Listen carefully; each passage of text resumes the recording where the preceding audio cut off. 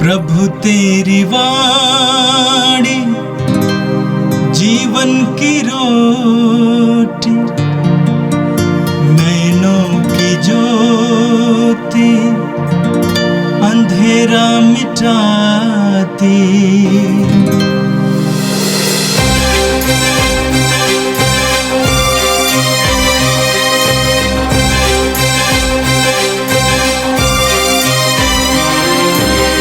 प्रभु तेरी वाणी जीवन की रोटी, नैनों की ज्योति अंधेरा मिटाती।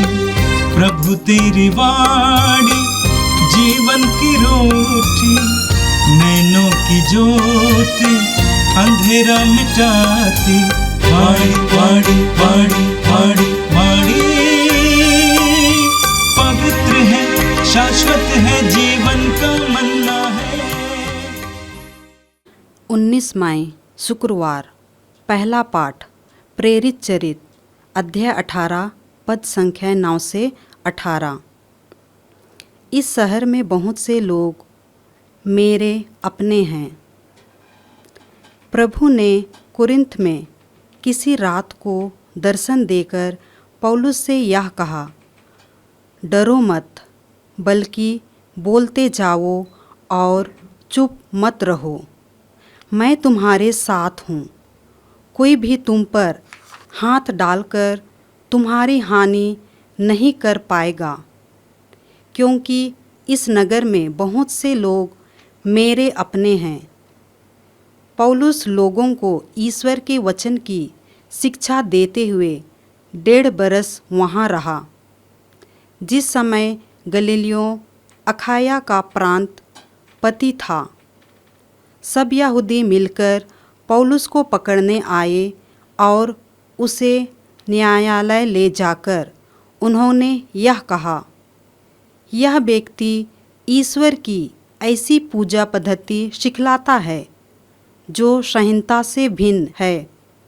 पौलुस अपनी सफाई में बोलने ही वाला था कि गलीलियों ने यहूदियों से यह कहा, यहूदियों, यदि यह अन्याय और अपराध का मामला होता तो मैं अवश्य धैर्यपूर्वक तुम लोगों की बात सुनता, परंतु यह वाद विवाद शिक्षा, नामों और तुम्हारी संहिता से संबंध रखता है। यह मामला तो तुम लोगों का है। मैं ऐसी बातों का न्याय करना नहीं चाहता। और उसने उन्हें न्यायालय से बाहर निकलवा दिया। तब सब यहूदियों ने सभागृह के अध्यक्ष सोस्थेनेस को पकड़कर न्यायालय के सामने पीटा, किंतु गलीलियों ने इसकी कोई परवाह नहीं की। पौलुस कुछ समय तक कुरिन्थ में रहा और इसके बाद वह भाइयों से विदा लेकर प्रिसिल्ला और अक्विला के साथ नाव से सीरिया चला गया। उसने किसी व्रत के कारण केंख्या में सिर मुड़वाया। यह प्रभु की वाणी है। संत यूहन्ना के अनुसार पवित्र सुसमाचार अध्याय 16 वाक्य 20 से 23 तक। यीशु ने कहा, मैं तुम लोगों से ये कहता हूँ, तुम रोओगे और विलाप करोगे, परंतु संसार आनंद मनाएगा। तुम शोक करोगे, किंतु तुम्हारा शोक आनंद बन जाएगा। प्रसव निकट आने पर स्त्री को दुख होता है, क्योंकि उसका समय आ गया है, किंतु बालक को जन्म देने के बाद वो अपनी वेदना भूल जाती है, क्योंकि उसे आनंद होता है कि संसार में एक मनुष्य का जन्म हुआ है। इसी तरह तुम लोग अभी दुखी हो, किंतु मैं तुम्हें फिर देखूंगा और तुम आनंद मनाओगे। तुमसे तुम्हारा आनंद कोई छीन नहीं सकेगा। उस दिन तुम मुझसे कोई प्रश्न नहीं करोगे। मैं तुम लोगों से ये कहता हूँ, तुम पिता से जो कुछ मांगोगे वह तुम्हें मेरे नाम पर वही प्रदान करेगा। ये प्रभु का दिव्य सुसमाचार है। ख्रिस्त प्रभु की जय। मेरे प्रिय भाई और बहनों, आज का पहला पाठ प्रेरित चरित्र की अध्याय 18 से लिया गया था। हम जिस ईश्वर पर विश्वास करते हैं वो जीवित है और वो हमारे साथ है। वो हमारी आहें सुनता है, हमारी परिस्थितियों को देखता है और हमसे बोलता है। हम स्तोत्र 50 में पढ़ते हैं उसके वाक्य 1 में कि स्तोत्रकार कहता है कि हमारा ईश्वर हमें संबोधित करता है, हर समय हमसे बोलता है। यूहन्ना के सुसमाचार के अध्याय 8 उसके वाक्य 47 में प्रभु यीशु कहते हैं, जो ईश्वर का है वो ईश्वर का संदेश सुनता है।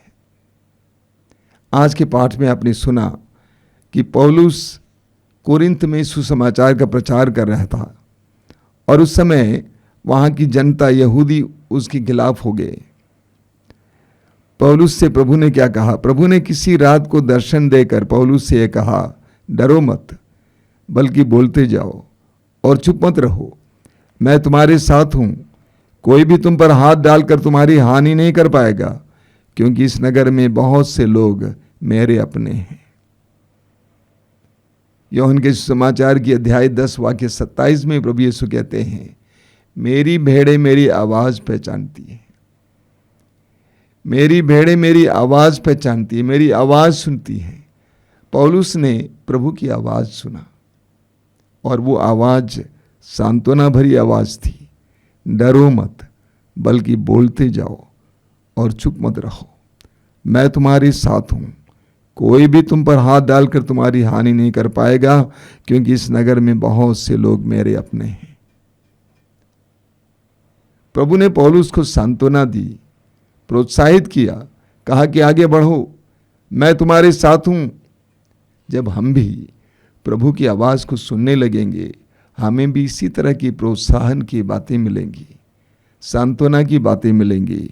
आगे हमने देखा कि कैसे वहाँ के यहूदियों ने पौलुस को पकड़कर उस समय के प्रांतपति के पास ले गए, अधिकारी के पास ले गए और कहा कि यह व्यक्ति ईश्वर की ऐसी पूजा पद्धति सिखलाता है जो संहिता से भिन्न है, हमारे संहिता से भिन्न है। यहूदी लोग पौलुस से बहुत खिन्न थे। उन्होंने पकड़कर प्रांतपति के पास ले जाकर कहा कि इसको दंड दीजिए, इसकी शिक्षाएं हमारे धर्म की शिक्षाओं के खिलाफ हैं। और प्रांतपति ने क्या किया, क्या कहा? वचन में लिखा हुआ है, यदि यह अन्याय अपराध का मामला होता तो मैं अवश्य धैर्यपूर्वक तुम लोगों की बात सुनता, परंतु यह वाद विवाद, शिक्षा, नामों और तुम्हारी संहिता से संबंध रखता है। यह मामला तो तुम लोगों का है, मैं ऐसी बातों का न्याय करना नहीं चाहता। प्रभु ने प्रांतपति उस अधिकारी के हृदय को अपने वश में किया, पौलुस के पक्ष में किया और उसने उन्हें न्यायालय से बाहर निकलवा दिया। तब सब यहूदियों ने सभागृह के अध्यक्ष सोस्थेनस को पकड़कर न्यायालय के सामने पीटा, किंतु गल्लियो यानी प्रांतपति ने इसकी कोई परवाह नहीं की। और यही होता है जब हम प्रभु के कार्य में लिप्त हैं, चाहे कितने ही लोग हमारा विरोध करें, हम प्रभु पर भरोसा रखते हैं तो प्रभु हमें साथ देते हैं। लेकिन हमारी आवश्यकता है कि हम प्रभु की इच्छा पूरी करें। हम ये ना देखें कि लोग क्या सोचते हैं, लोग क्या सोचते हैं, लोग क्या चाहते हैं, बल्कि हमारी यह शिक्षा होनी चाहिए कि ईश्वर क्या चाहता है। एफेसियों के पत्र के अध्याय 5 वाक्य 10 में संत पौलुस कहते हैं कि आप इस बात का पता लगाते रहें कि प्रभु को क्या प्रिय है। आप इस बात का पता लगाते रहें कि प्रभु को क्या प्रिय है। पौलुस ने इस बात का पता लगाया कि प्रभु क्या चाहते हैं। पौलुस ने यह नहीं देखा कि लोग क्या कहते हैं, बल्कि प्रभु क्या चाहते हैं।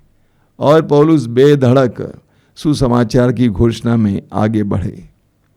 हमारे जीवन में भी, एक विश्वासी के जीवन में, मसीही के जीवन में बहुत सारी बाधाएं आएंगी, बहुत सारे लोग हमारा विरोध करेंगे, जब आप न्यायपूर्वक जीवन जीते हैं, प्रेम पूर्वक जीवन जीते हैं, मेल मिलाप की जिंदगी जीते हैं, शांति का जीवन जीते हैं, आपके जीवन के मार्ग पर बहुत सारी बाधाएं आ जाएंगी। आपको एक बात को जानना जरूरी है, अगर आप प्रभु के पक्ष में हैं तो प्रभु सदा आपके पक्ष में होंगे। यदि आप प्रभु के पक्ष में हैं, प्रभु सदा आपके पक्ष में होंगे और प्रभु इसके लिए प्रबंध करेंगे कि कैसे प्रभु उन परिस्थितियों में आपको संरक्षण प्रदान करे। और आज के समाचार में यूहन्ना अध्याय 16 से जो लिया गया था, आपने सुना कि किस तरह प्रभु यीशु अपने शिष्यों को सांत्वना देते हैं। प्रभु ने उनसे कहा, मैं तुम लोगों से ये कहता हूँ कि तुम रोओगे और विलाप करोगे, परंतु संसार आनंद मनाएगा। तुम शोक करोगे, किंतु तुम्हारा शोक आनंद बन जाएगा।